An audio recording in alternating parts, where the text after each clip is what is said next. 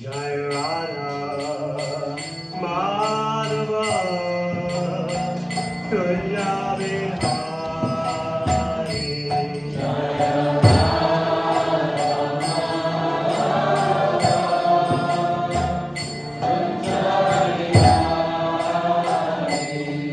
Jai Radha Madhava Kunja Vihari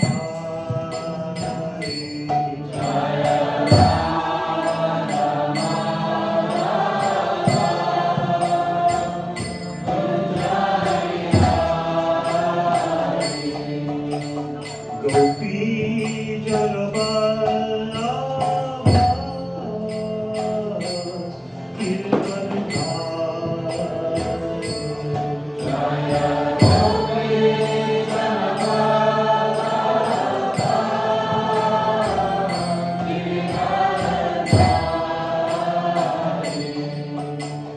Gopi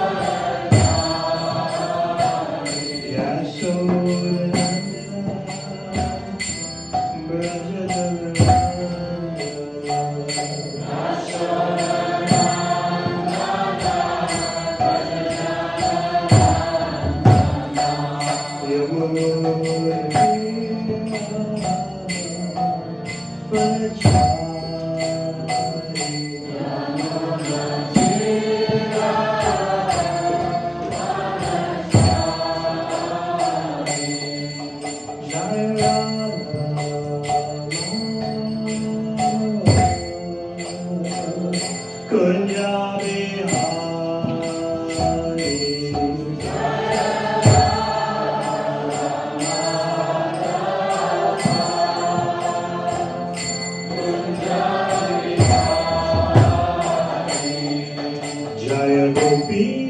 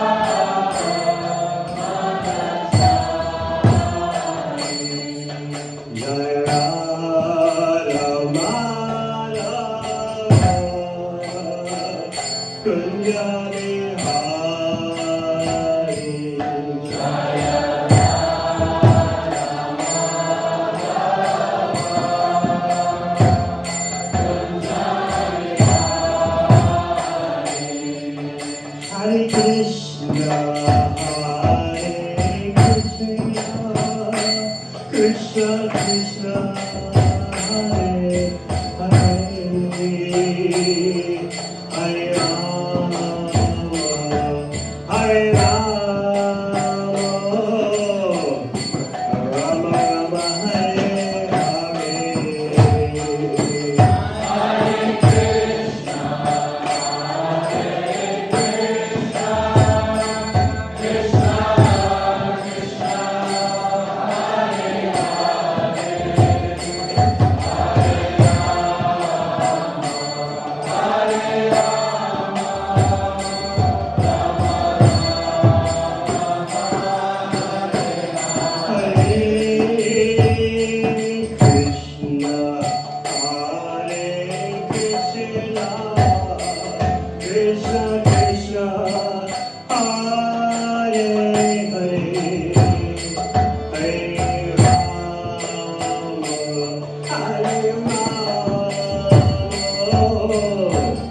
Rama Rama, Hare Hare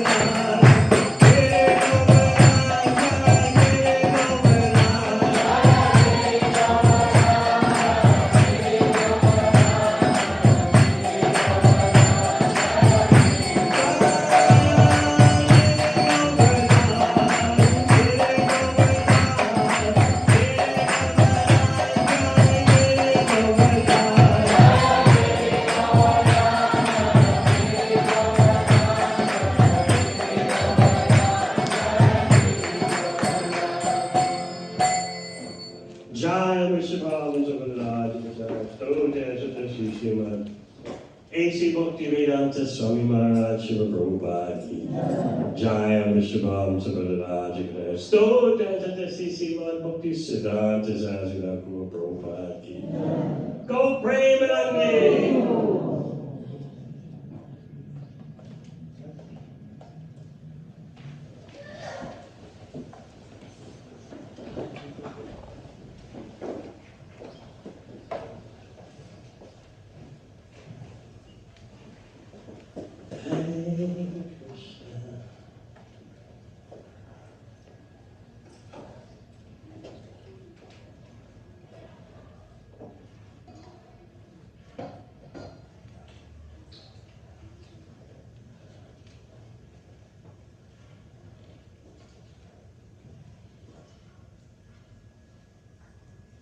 We can chant Om Namo Bhagavate Vasudevaya because this verse, quoted in Chaitanya Charitamrita, is originally from Srimad Bhagavatam, spoken by the gopis in the forest.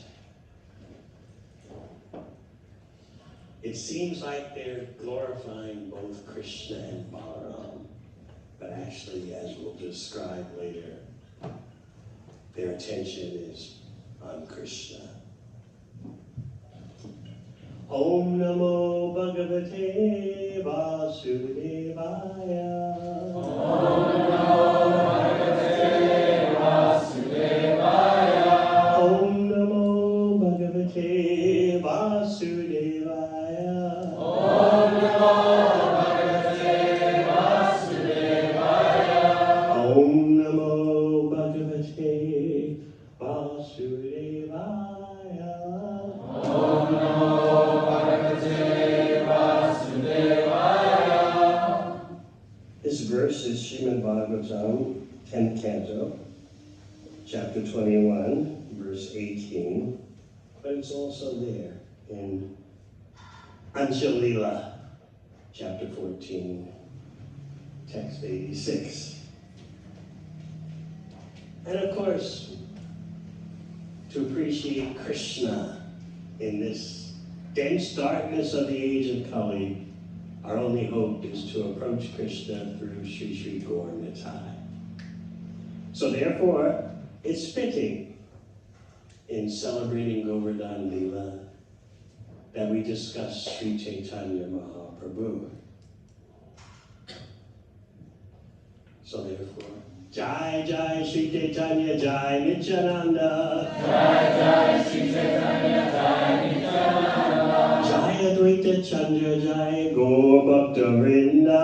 Jai Advaita Chandra Jai Gaur Bhakta Vrinda. Jai Jai Sri Chaitanya Jai Nityananda. Jai Jai Sri Chaitanya Jai Nityananda. Jai Advaita Chandra Jai Gaur Bhakta Vrinda. Jai Advaita Chandra Jai Gaur Bhakta Vrinda. Jai Jai Sri Chaitanya Jai Nityananda.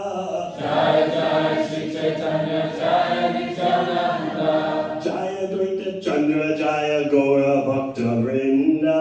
Jai Advaita Chandra Jai Gaur Bhakta Vrinda. Hantaya Marbe Abala Haridasa Varyo. Antaya Madhi Abala Haridasa Varyo. Yad Rama Krishna Charanaspara Pramoda. Yad Rama Krishna Charanaspara Pramoda. Manam Tanoti Sahago Ganayostayoyat. Manam Tanoti Sahago Ganayostayoyat. Ani Yasuya Vasakandara Kandamulai. Ani Yasuya Vasakandara Kandamulai. Hantaya Madhya Abala Haridasa Vayo.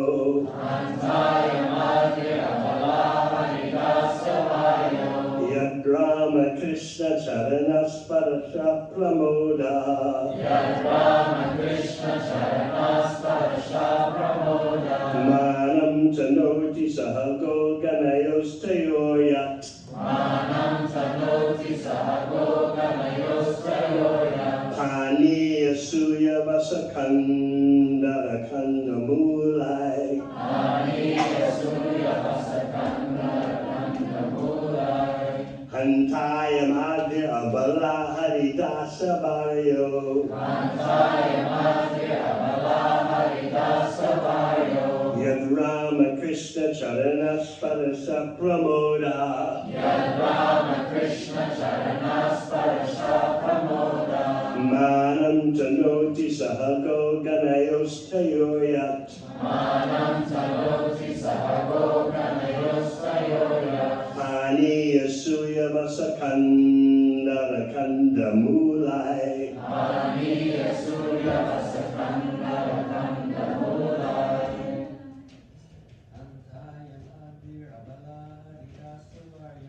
Antaya Madhya Abala Haridasa Baryo.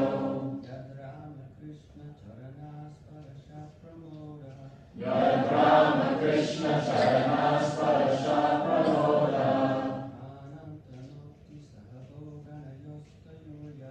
Manam Tanoti Sahago Ganayostayoyat.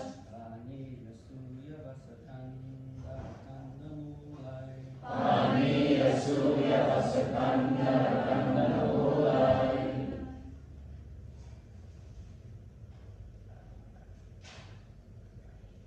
Antaya Madhya Abala Haridasya Varyo. Antaya Madhya Abala Haridasa Baryo. Yad Rama Krishna Charana Sparasha Pramoda. Yad Rama Krishna Charana Sparasha Pramoda. Manam Tanoti Sahago Ganayostayoyat.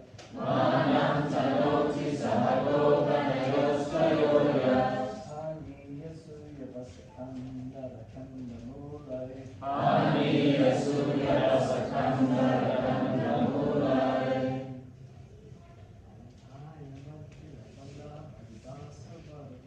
Antaya Madhya Abala Haridasa Baryo. Yad Rama Krishna Charana Sparasha Pramoda.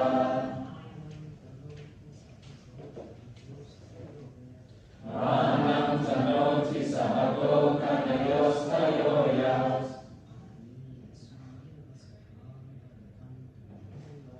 Paniya Suya Vasakanda Rakanda Mulai. Please chant loudly. Vaishnavis. Antaya Madhya Abala Haridasa Baryo. Antaya Madhya Abala Haridasa Baryo. Yad Rama Krishna Charana Sparasha Pramoda. Yad Rama Krishna Charana Sparasha Pramoda. Manam Tanoti Sahago Ganayostayoyat. Manam Tanoti Sahago Ganayostayoyat. Paniya Suya Vasakanda Rakanda Mulai. Paniya Suya Vasakanda Rakanda Mulai.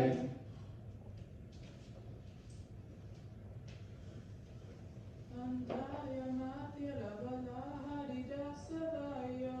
Antaya Madhya Abala Haridasa Baryo. Yad Rama Krishna Charana Sparasha Pramoda. Yad Rama Krishna Charana Sparasha Pramoda. Manam Tanoti Sahago Ganayostayoyat. Manam Tanoti Sahago Ganayostayoyat. Paniya Suya Vasakanda Rakanda Mulai. Paniya Suya Vasakanda Rakanda Mulai. Hanta. Hanta. Oh. Ayam. This. Adri. Hill. Abala. Oh friends. Haridasa Varya. Haridasa Varya. The best among the servants of the Lord. Yet, because Rama Krishna Charana of the lotus feet of Lord Krishna and Balaram. Sparasha, by the touch. Pramoda, jubilant. Manam, respects. Tanoti offers. Saha with. Go Ganayo. Cows, calves, and cowherd boys. Teo to them. Sri Krishna and Balaram. Yet, because Paniya, drinking water. Suyavasa, very soft grass. Kandara, caves. Kandamulai, and by roots. Translation. Lord Chaitanya said, and we'll discuss why Lord Chaitanya is reciting this verse. What's the context? What's the situation? You should be eager to know. Of all the devotees, this Govardhan hill is the best. Oh, my friends, this hill supplies Krishna and Balaram, as well as their calves, cows, and cowherd friends, with all kinds of necessities. Water for drinking, very soft grass, caves, fruits, flowers, and vegetables. In this way, the hill offers respect to the Lord. Being touched by the lotus feet of Krishna and Balaram, Govardhan Hill appears very jubilant. Purport. This is a quotation from Srimad Bhagavatam, 10th Canto, chapter 21, verse 18.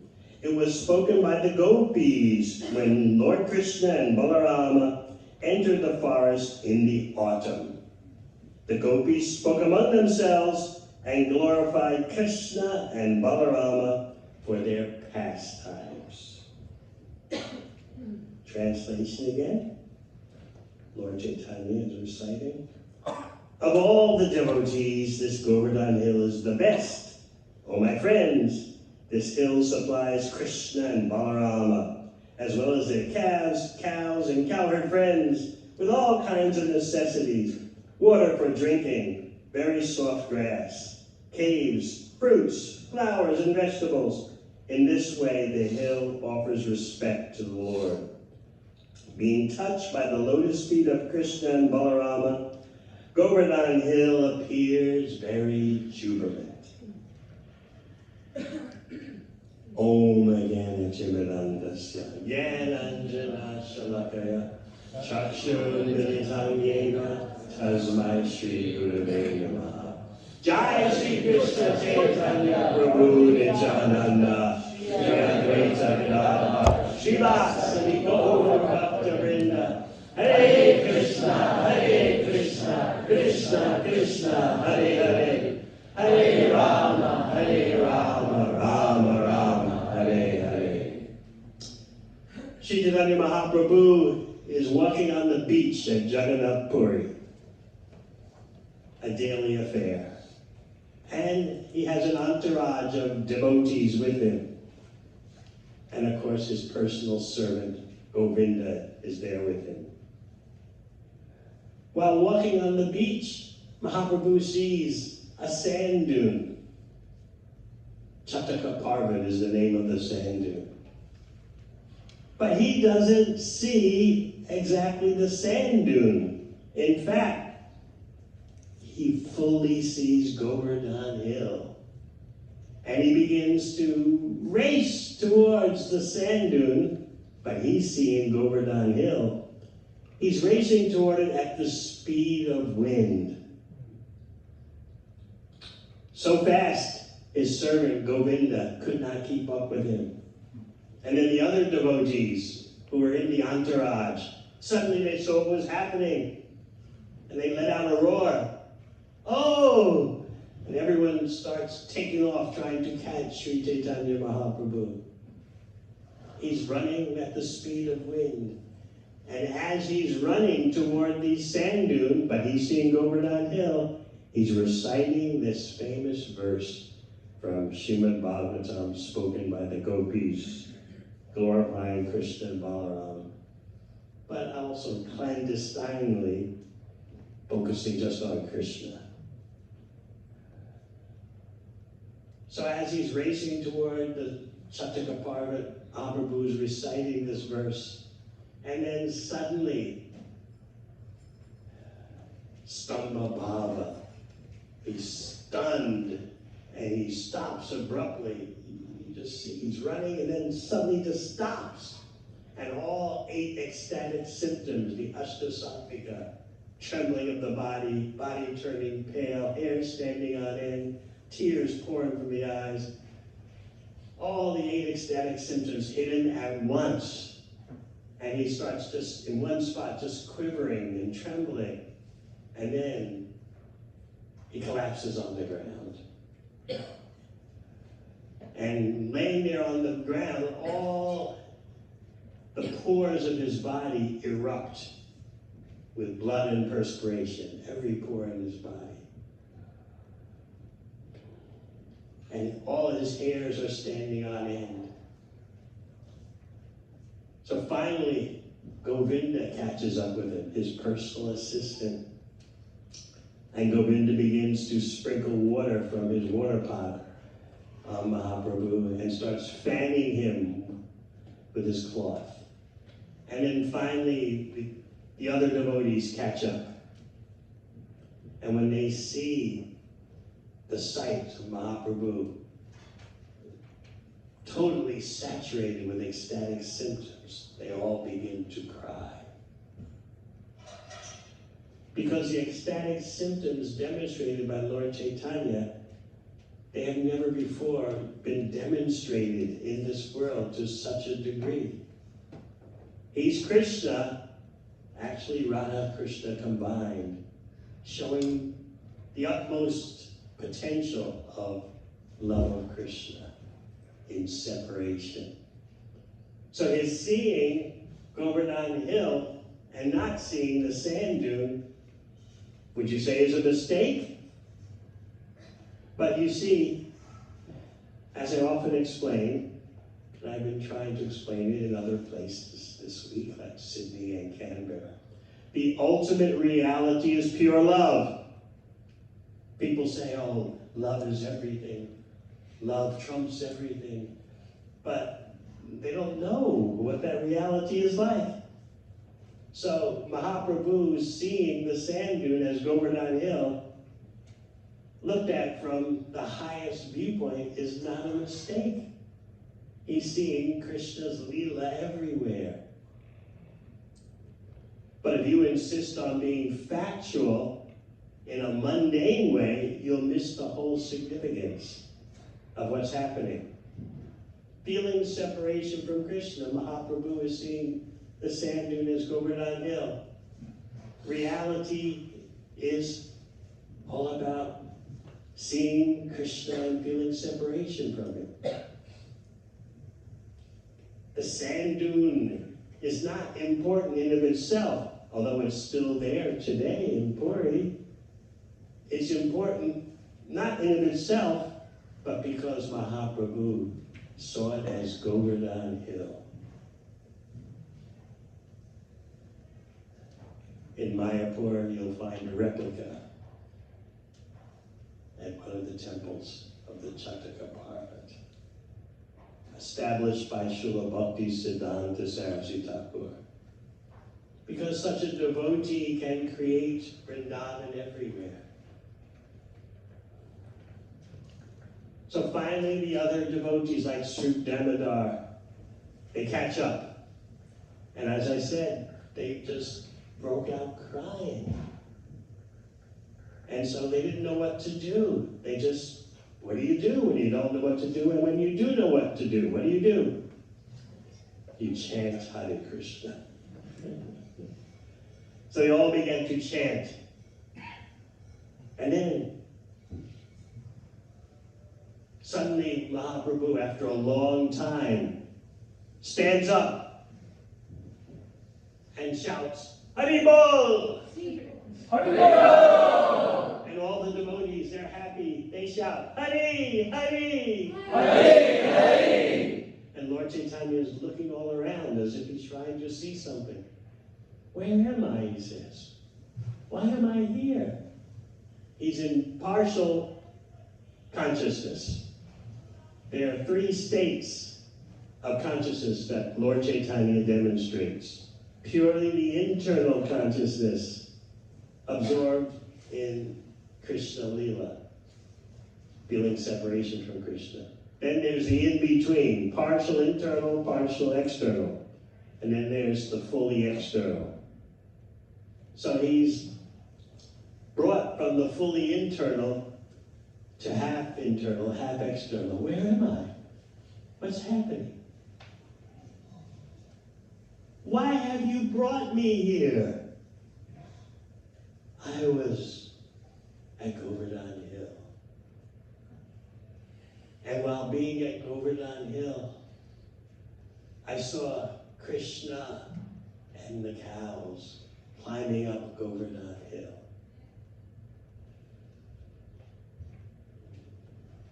I was at Govardhan Hill to see if Krishna would come, and he did. He came with his cows going to higher on the hill. And then I saw Srimati Radharani and the gopis. And then I saw Srimati Radharani and Krishna enter a cave. The gopis asked me, pick some flowers, pick some flowers.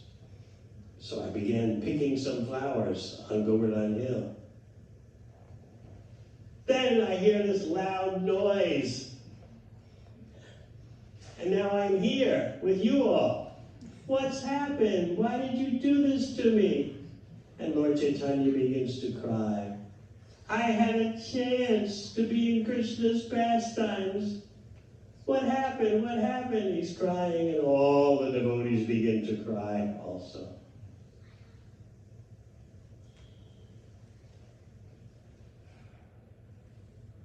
So then, some devotees, Paramananda Puri and Brahmananda Bharati, Lord Chaitanya considers them to be his seniors. So he's always respectful around them. So they're older, so they were bringing up the rear of the chase after Mahaprabhu. And so they showed up, and Lord Chaitanya immediately became very respectful and came into fully external consciousness.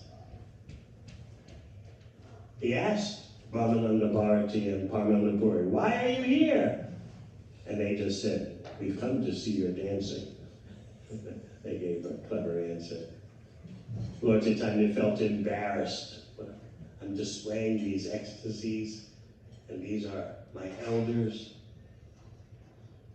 So then Lord Chaitanya and his associates went to bathe in the ocean and went back to where they stayed for lunch. So why was he reciting this verse as he ran toward the Chataka Parva? We've discussed that his seeing Govardhan Hill is not a mistake, although mundaners would think it to be. What is this? It's just a sand dune. This is, obviously this Mahaprabhu is undergoing some delusion. Religion has caused him to imagine all this. Just like if you look in the British histories of Jagannath Puri at the time, recording history at the time of Mahaprabhu, which was a bit more than 500 years ago. The historians say, the British historians, there was this great social reformer, Sri Chaitanya. He started out fantastically, breaking down the caste system. That's all they could recognize Lord Chaitanya was doing. Equal opportunity for everyone to become a Brahmana. He started out so wonderful, breaking down social barriers. But then in the last part of his life, he lost the plot. We don't know what happened to him. He went off the deep end. So how can mundaners understand pure love of Krishna? We are cautioned in so many places in Chaitanya Charitamrita. It's very difficult to understand the behavior of someone in ecstatic love for Krishna. Just like yesterday we were celebrating Srila Prabhupada's disappearance day. Sometimes devotees speculate, Prabhupada was of the old times. He grew up at the start of the 20th century, and he was growing up in Bengali culture. So therefore, you take a lot of things he said and did in that way. But Prabhupada was completely from the spiritual world. Sometimes he would apparently utilize conceptions and notions around him during his time, and the culture he grew up in, and sometimes not. You can't just stamp Prabhupada that, oh, he's from Bengali culture, he's from the early 20th century, therefore he said this or therefore he did that. You're converting Prabhupada into a mundane person. And you may not know you're doing that, but that's what you're doing. Very difficult to understand. Sometimes Prabhupada would say things that were indicative of notions circulating during his time, and sometimes he wouldn't. Just remember, who was the devotee? Parmananda Puri, I believe, talking to Lord Chaitanya about the banishment of Chota Haridas. All the devotees kept trying to appeal to Lord Chaitanya. Please don't banish him. Just for such a slight offense at most, don't banish him. And Lord Chaitanya would say, if you keep talking to me like that, I'm going to leave here. So the devotees didn't know what to do. So Parmananda Puri, he's elder. He's older than Mahaprabhu, as we said. And so Mahaprabhu always treated him with respect as a senior. So Parmananda Puri went to present to Mahaprabhu, can you please let us call back Chota Haridas from banishment. But Mahaprabhu stuck to his position, no. And so Parmananda Puri, what did he conclude? Your activities are grave and deep as the ocean. We can't understand it.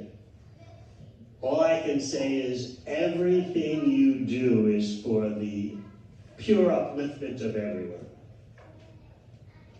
So that's what we conclude about Srila Prabhupada. Sometimes he tossed around notions that were current during his time, and sometimes not. You can't pigeonhole such a personality. Like mundane historians try to pigeonhole Sri Chaitanya Mahaprabhu. Great social reformer, but then he lost the plot and went into these mad ecstasies. Because mundane people think spiritual ecstasy is just some kind of mental delusion. You get worked up with your religious belief and you see things that aren't there. They consider chanting Hare Krishna to be a mundane exercise. You're working yourself up into a frenzy with these 3 words, Hare Krishna Rama. You're looking at statues and bowing down. You're walking around trees, singing prayers to Tulsi Devi. You're eating food that you think has been spiritualized. What an imagination. It's all the same whether you offer food to Krishna or not. Of course, you all know that's not true. You're just waiting for lunchtime. Because you know, prasad is out of this world. So as we discussed yesterday, Atas Sri Krishna Namadi Nambhavid Grayam Indra. No one can understand the name, form, qualities, and pastimes of Krishna with blunt material senses. You have to spiritualize your senses. And that's what the bhakti process does. Your senses change. They become transformed gradually. So as you make spiritual advancement, what you see, what you taste, what you hear becomes spiritually more surcharged. So yes, as you become more advanced in bhakti, the prasad tastes better. That should motivate you. Of course, I remember as a young devotee back in 1973, all kinds of unfounded notions were circulating in the ashram. After 10 years, your body will be made of Mahaprasad. That was a real motivating fiction. And after 12 years, your memory will be perfect. You'll be able to remember everything you've heard.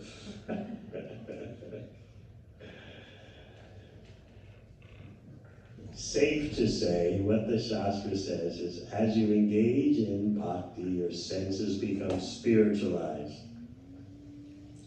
The example we discussed yesterday in brief. Put the iron rod into the fire.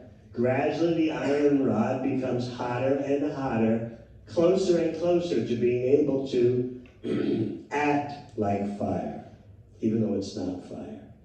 Spiritualized body. So if you follow the bhakti process properly, year after year, don't expect your senses and your sense perception to remain the same. That's why you can go on chanting Hare Krishna, and that Maha Mantra is ever fresh. Srimad Bhagavatam is ever fresh. Because your spiritual senses are becoming revived. The material senses are just an artificial covering. They're like mud on the windshield, the windscreen of your car. You think you're actually perceiving reality, but due to material contamination, you're just seeing a perversion, a delusion. So the materialist will say, your spiritual thinking and perception is a delusion, and we'll say, your material perception is a delusion. So as Krishna says in Bhagavad Gita, 2nd chapter, what is night for the materialist is day for the devotee, and vice versa. Two different dimensions you're occupying. If you slack off on your spiritual habits, your vision changes. Sometimes you even hear those who've slacked off say, I'm not chanting my rounds, I don't feel any different. Guess what? You're in the fog of the illusory energy, of course. You say things like that. Your sense perception has changed. It's gone back to the mundane. Whereas if you are diligent on the path of bhakti, your taste increases because your spiritual senses are becoming more and more uncovered. So your taste from chanting, your taste for serving increases. You don't just do it because you're supposed to, because you're obligated, because of the rules. You start to experience that I can't live without glorifying Krishna. I can't live without Krishna's service. Just like you have to breathe. I have to chant. I have to glorify Krishna. I have to engage in Krishna's service. It's my life and soul. So this is devotional service on the raga platform, spontaneous attraction, beyond the sadhana stage of vaidhi. Vaidhi Bhakti. I'm doing this because the rules say. That stage is necessary so that you regain your spiritual health. If you don't follow the rules and regulations, your spiritual health will never return. What to speak of, you're getting a higher taste. Nevertheless, even in the preliminary stage, Vaidhi Bhakti, devotional service performed under rules and regulation, even in that stage, there's a taste of Krishna brain, love of Krishna. Otherwise, you wouldn't do it. But it's still the recuperative, the therapeutic stage. It's not the full relishing stage. It's not raga, spontaneous attraction for serving Krishna. So this is why the bhakta and the abhakta, the non-devotee, it's not just a theological item of distinction. Well, they believe this and we believe that. It's a different perception, a different taste. So the more you advance in bhakti, the more your spiritual senses become revived. As you're explaining, the material senses are a pollutant covering your spiritual senses. We think we're experiencing reality with our material senses, but actually we're just experiencing the covering of Maya. We don't see what's really going on. But Mahaprabhu is demonstrating as he runs toward the sand dune, Chattakaparvat, at the speed of wind. He's demonstrating, I see Govardhan Hill, and he did, to such an extent that he was able, as he crashed, stunned on the ground, he was able to enter into the pastimes of Radha Krishna Lila.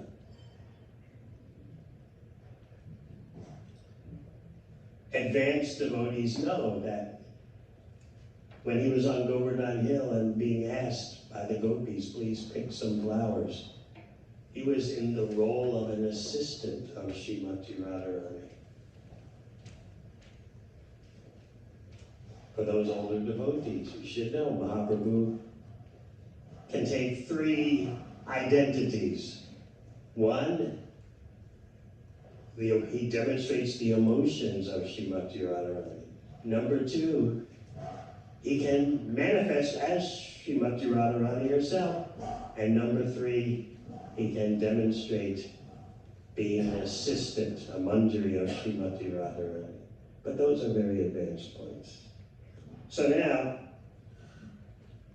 this verse that he's chanting refers to Govardhan Hill as Haridas Varya, the best among the servants of the Lord.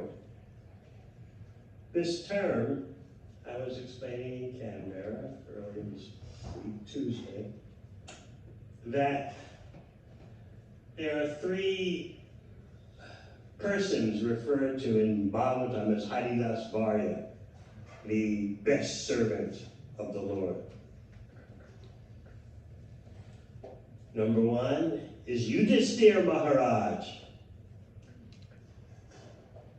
Those of you who are familiar with at least the first canto of Bhagavatam, you know about Yudhisthira Maharaj.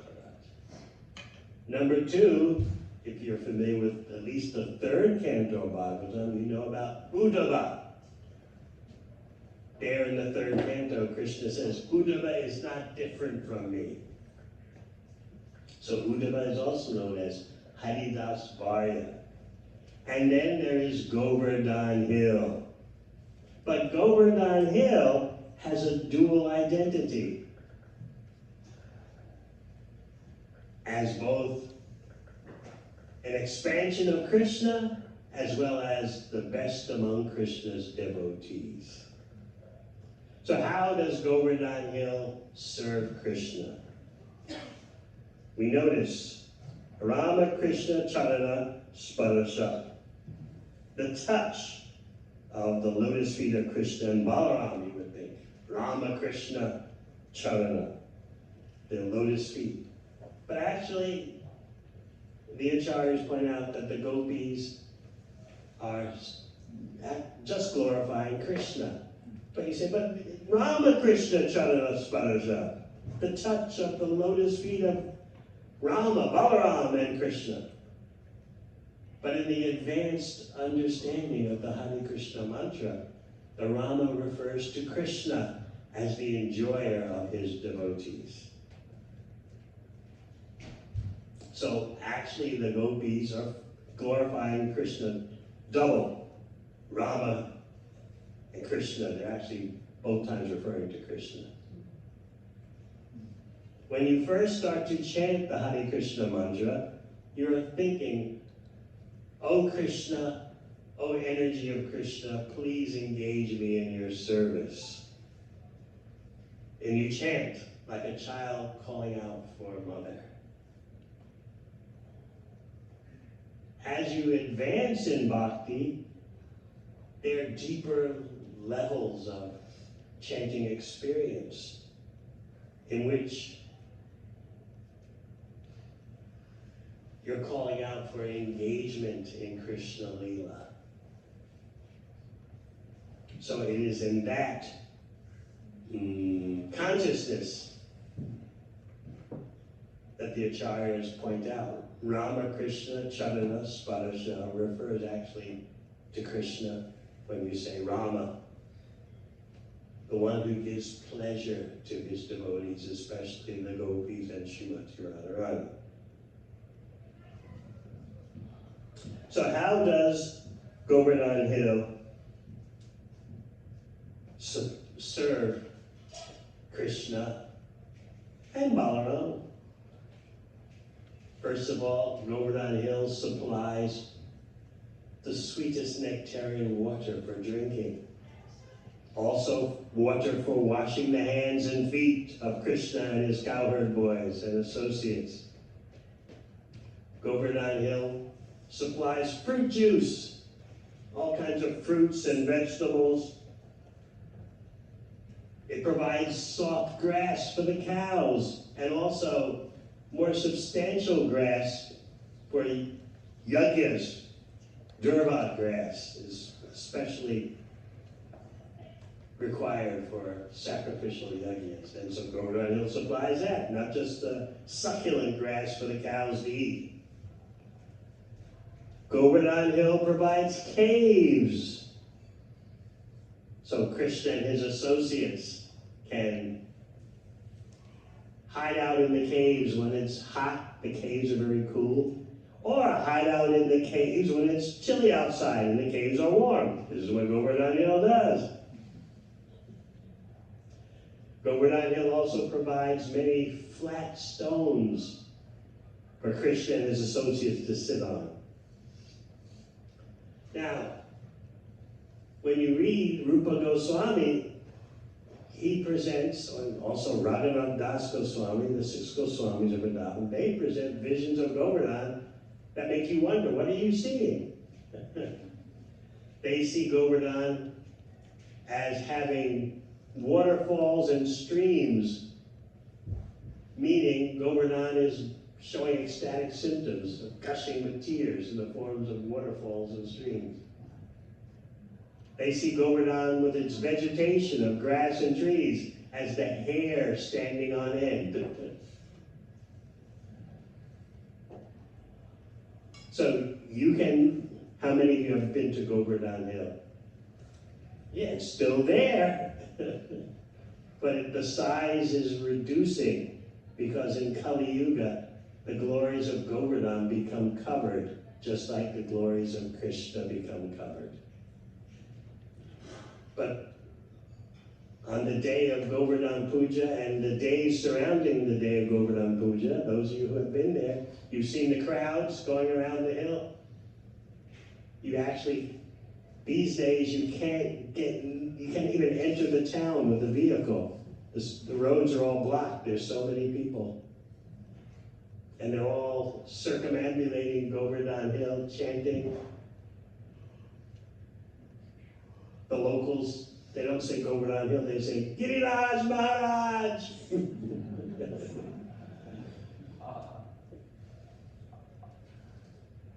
So as we're discussing, Govardhan Hill is the greatest devotee, Haridas Varya,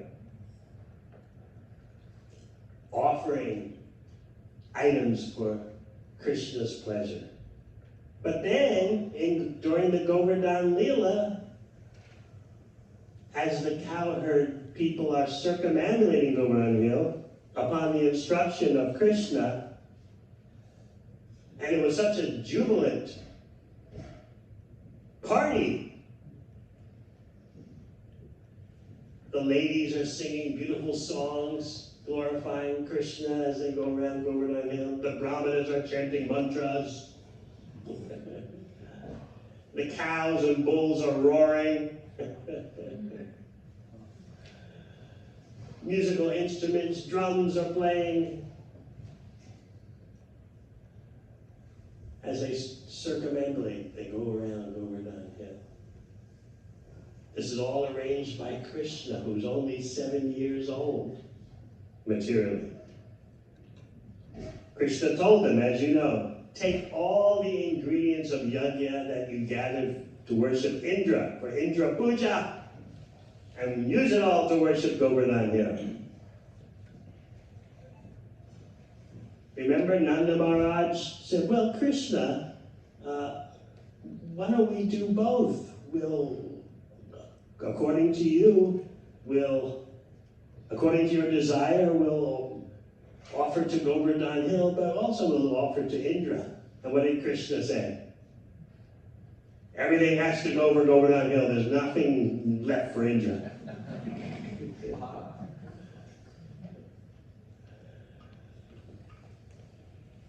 Nanda Maharaj had tried to explain to Krishna. Because Krishna asked, what's all this activity going on in Braj? Everyone's scurrying here and there, gathering materials, resources, this, that. Well, Father, can you tell me what's going on? And Nanda Maharaj replied that every year we worship Indra because Indra sends the rain, and without rain, how can a cowherd community thrive? So we're dependent on Indra for our prosperity, because our prosperity is about cows, milk products.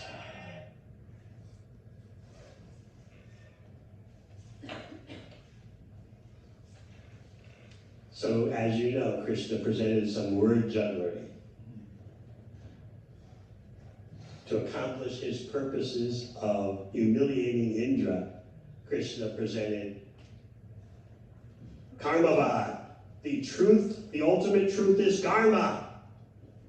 You don't need to do any puja. Karma is supreme.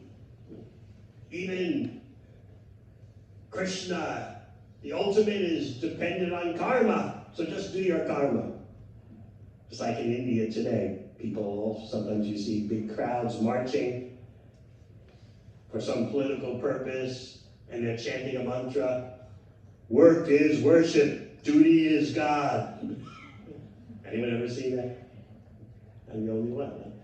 Huh? You never seen it, Mandra Ghosh? Yes, I've seen it in Vrindavan. Big parade going up the street. Work is worship. Duty is God.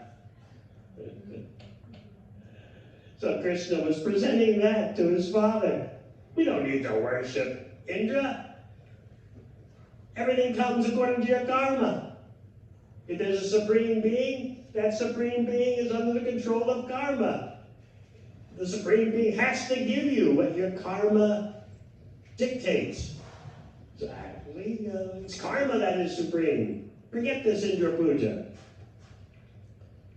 This is an atheistic philosophy, but Krishna's doing it on purpose to achieve he has a temporary purpose, not to enshrine this concocted philosophy as eternal, but to spark a situation that brings down Indra's pride.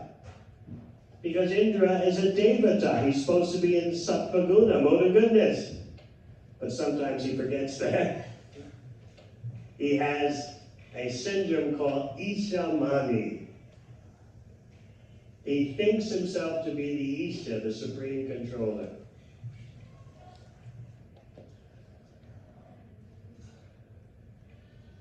So Krishna wanted to teach him a lesson, as well as spark a situation that would increase the prem, the love, the pure love of the cowherd people. So in Govardhan Leela, this pastime, it looks like the cowherd men and cowherd women, cows and everyone, they're suffering. But it's actually all about Krishna increasing their love, increasing the sweetness of their interactions.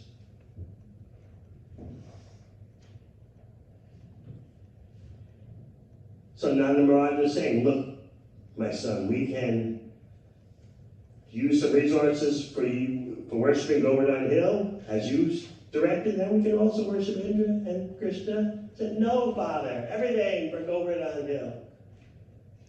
This really enraged Indra. And Krishna knew it.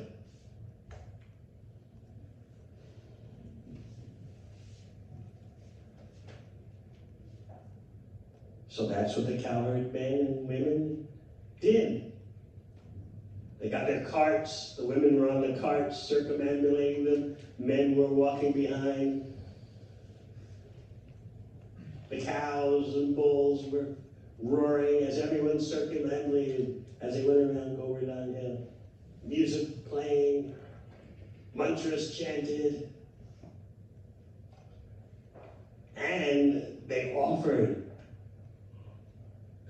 such an amount of food to Govardhan Hill under Krishna's direction. The Shastra describes that they were like lakes of yogurt, pools of milk, so many milk products. And all around Govardhan Hill, everyone's offering something to Govardhan Hill. This is guaranteed to enrage Indra. He never got such treatment. So then what happens? As they're going around Govardhan Hill, Krishna points to the top of Govardhan. Look, do you see? There is God. There is Govardhan Hill himself. Krishna made an expansion of himself to appear on top of Govardhan Hill. And then Krishna told all the cowherd people, look, pay your obeisances. There is God.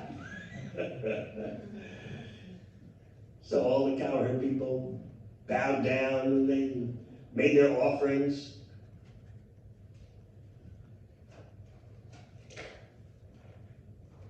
That form was actually the Supreme Personality Godhead.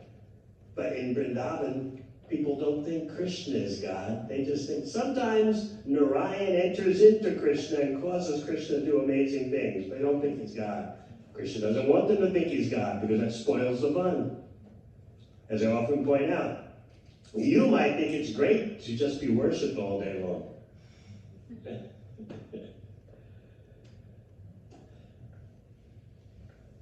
Suppose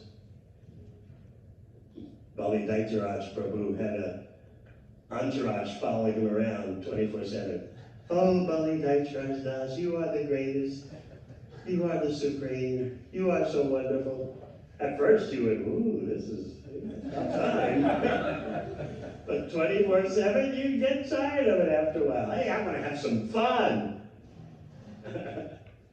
Give me some romance, give me some sports, give me some fun. That's because you're part of Krishna. Krishna doesn't like simply getting worship. That's Vaikuntha, awe and reverence. But at the topmost portion of the spiritual world, Goloka Vrindavan, Krishna just has fun. He doesn't want his devotees to know he's God. He wants to wrestle with his friends in the forest. He wants to dance with the most beautiful girls in the middle of the night. He wants to do mischief, so his mother has to punish him and tie him up.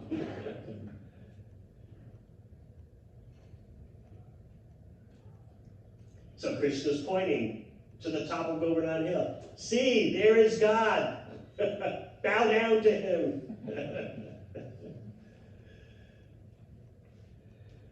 So Govardhan Hill has two presentations, as a devotee and as a Supreme Personality of Godhead.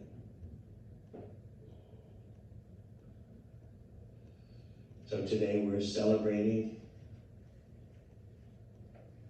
the lifting of Govardhan Hill. Just remember, from the viewpoint of mundane calculation, how does a 7-year-old boy lift a hill? And Krishna does it so easily, like a child lifting a mushroom. He lifts with his left hand and holds the hill on his little finger of his left hand, and his right hand is on his hip.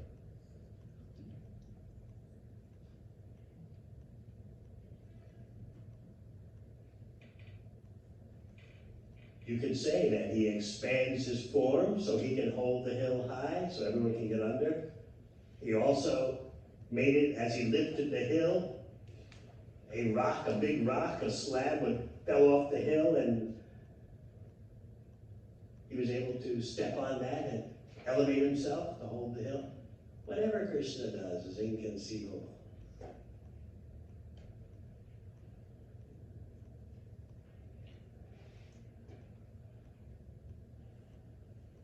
So why does Krishna do things that way? A 7-year-old boy lifting a hill. He could have just wished the hill to rise. That's true. Oh, he could have stopped Indra in his tracks. Remember Indra's anger and what Indra resorted to? Sending the clouds of annihilation, the Samvartak clouds, which are usually reserved for the time of annihilation of the universe. Indra ordered them prematurely to appear and go destroy Vrindavan. The Samvartika clouds, they pour down such rain of destruction that's only meant for flooding the whole universe. So Indra was confident. I'm just asking you to flood a particular little town known as Vrindavan. Small stuff for you guys. Now, one thing, Indra did not ask the Samvartak clouds, also accompanied by various representatives of Vayu, the wind demigods. He didn't ask them to hit Mathura, which is just up the road from Vrindavan. Why not? He was afraid of Kamsa. That's how ferocious Kamsa was. That even Indra, the Lord of Heaven, was afraid, I don't want to tangle with Kamsa. So clouds just hit Vrindavan, destroy Vrindavan. The clouds were kind of afraid of this assignment. Vrindavan, it's a small place, but isn't there something special going on there? What did Indra say? Don't worry, I will accompany you on my elephant carrier, Airavata. And in case you run out of water, Airavata will supply more water.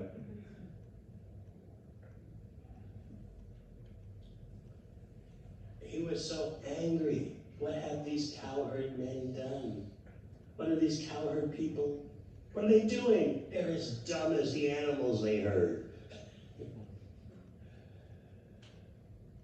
They listen to this little boy, Krishna.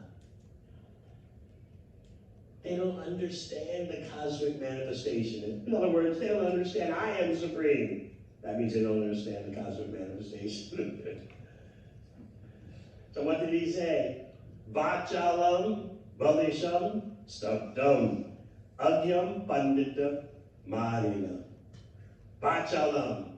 They are listening to this talkative 7-year-old Krishna.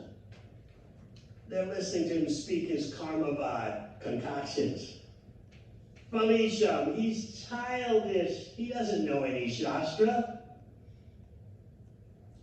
Stabdam, he's so arrogant. He wouldn't accept his father's protest when his father said, but we always do this Indra Puja. We need all the resources for Indra. Or we can give some for Indra and some for Govardhan Hill. Because Krishna was asking, remember, Father, what are you doing? What's all this hubbub about? Is it due to some kind of religious ritual according to some unknown tradition? So Indra was angry, stubbed him. His father told him, this is Indra Puja, let's do it. But that arrogant little Krishna refused even his father's request. That's the proof. Stubbed him, arrogance to the max. Agyam Panditamanina. He's agyam, he's so ignorant. He doesn't know anything about the cosmos. He doesn't understand the system with the devatas, the human beings, and so on and so forth. He doesn't know. Panditamanina, nevertheless, he thinks himself to be learned. So twice, Indra, you'll find in the Bhagavatam said, Krishna Marcham Upasrita. They have taken shelter of an ordinary boy, an ordinary human being, Krishna. Twice he has to say that. Krishna Marcham Upasrita. They defied me, and instead of following my direction, they've taken shelter of this human little boy, Krishna. Gopame Chakra Apriyam. In this way, they are acting in a way that's inimical to me. And now they must pay the price. So we all have to watch out in ourselves for this Ishamani, this considering ourselves to be the controller. That's why we're in the material world. And remember, as soon as you want to try for material happiness, what do you have to do? Control. Even if, as you often heard me explain, even if it's just moving your eyebrows, you have to do something to get a result. That's the way the material world is constructed. You may be giving away in charity, but that's to get what? Acclaim and fame and respect. That's a form of control. I'll give you this, and then you'll give me back a good feeling or some fame or some respect.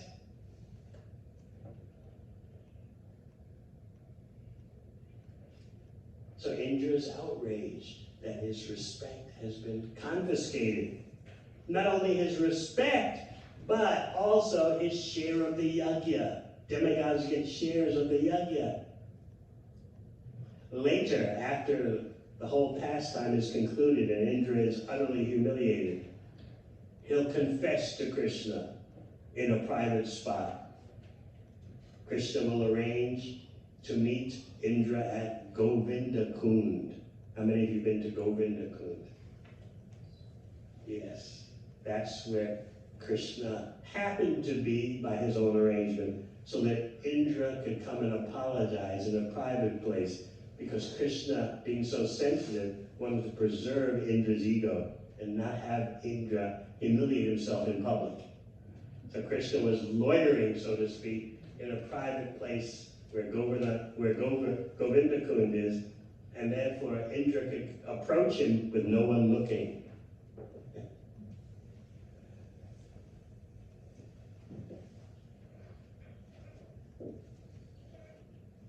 Prabhupada's secretaries, they told me that when it came time for chastising a big leader, Prabhupada would always do it behind closed doors. Didn't want to humiliate the leader in public. So Krishna, being sensitive to Indra, was waiting in a secluded spot at Govinda Kund. And there Indra confessed, Krishna, I thought you were going to take my share of the yajna. So we can go on and on with this Govardhan Leela. But just remember, we're approaching Krishna Leela through the Leela of Gaur-Nitai. Otherwise, there's no hope in our correctly understanding Krishna in this darkness of the age of Kali. All right, any questions?